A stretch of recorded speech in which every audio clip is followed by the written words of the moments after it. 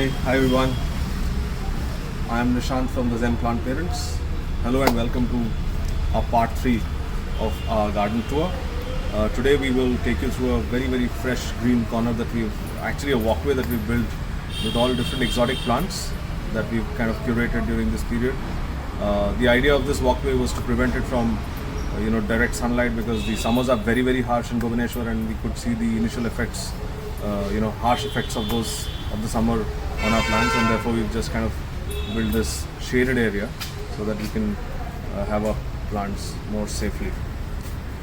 So this is the Philodendron bipenifolium. As you can see, this is now producing giant leaves. Extremely beautiful and quite a rare philodendron. This is the Philodendron red Congo. Again, you can see shades of red on it, and that's why it's called red Congo.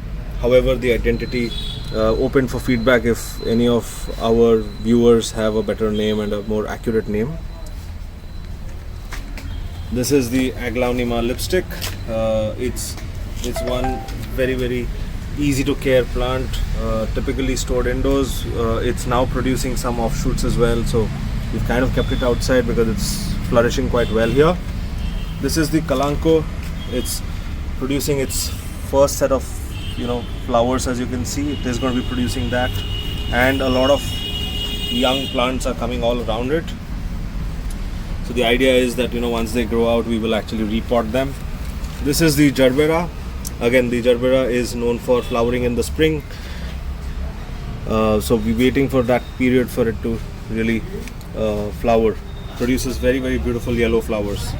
This is the Bryophyllum. Again, very it's got it comes from the Kalanko family. The beauty is that you can propagate it out of a leaf.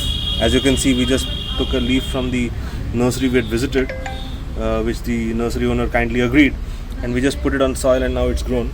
The beauty is that it's very easy to care, and it's got again very good medicinal effects for great digestion. Now this is another very easy to care Adenium. It had given us about 6 flowers. You might see them you might have seen them on our stories, and it's going to now be dormant for some time and then again produce flowers on its own. This is the aloe vera. Everybody knows it, everyone's darling. So kind of good for health, from skin, hair, you name it. It's got all sorts of good effects. And this is the peace lily. Again, as you can see, it's producing its first flower there. This is the variegated version, so this will be shooting up a flower very soon, and believe you me, we are seeing it with you for the first time, so I can't hold my excitement. Now this is the Caladium. Again, the Caladium is again a plant which is very beautiful, and it grows out of bulbs, and the beauty is again it kind of goes dormant, so you might not see anything for months together, and then suddenly a beautiful leaf like this sprouts out of nowhere. This is the Calathea Louise. Again, when we got it, it was just a single plant. It's kind of multiplied here. It needs humid conditions, and it produces brilliantly green, different shades of green, and a purplish underleaf, right? So the color of the underleaf is purplish in color, very similar to a brinjal.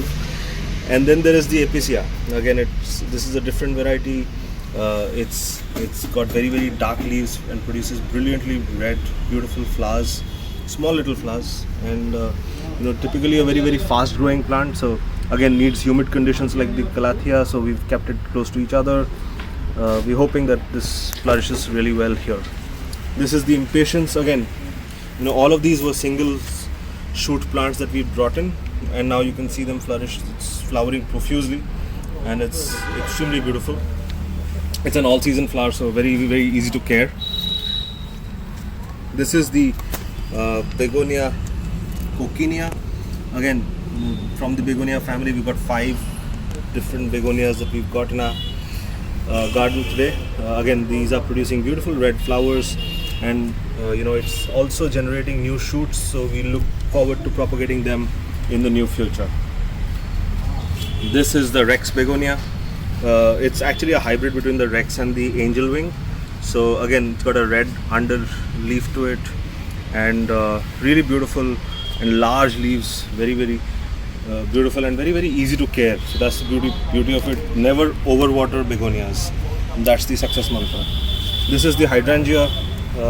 This is what I was talking about, the harsh effects of summer sun. So we realized that the leaves have got damaged, but they've not died. So we are hopeful to revive this plant and then play around with the pH of the soil, so that we can generate and have different colored leaves, colored flowers, starting from purple to pink. Take you to another begonia, Coccinea. Again, slightly larger leaves, producing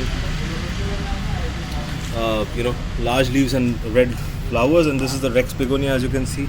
Again, this is beautifully, when we brought it, it was a single stem, and now you can see it has branched away like no one's business. This is the Aluminium Pilia. Again, a plant that we got as a single shoot, and now it's just branched away, and now it's producing more and more branches. We're looking forward to propagate this in due course.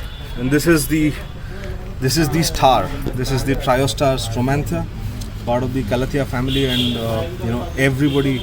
This is the very popular Instagram plant, if you've seen it on many plant lover pages. And this is the angel wing begonia, very modest looking but beautiful.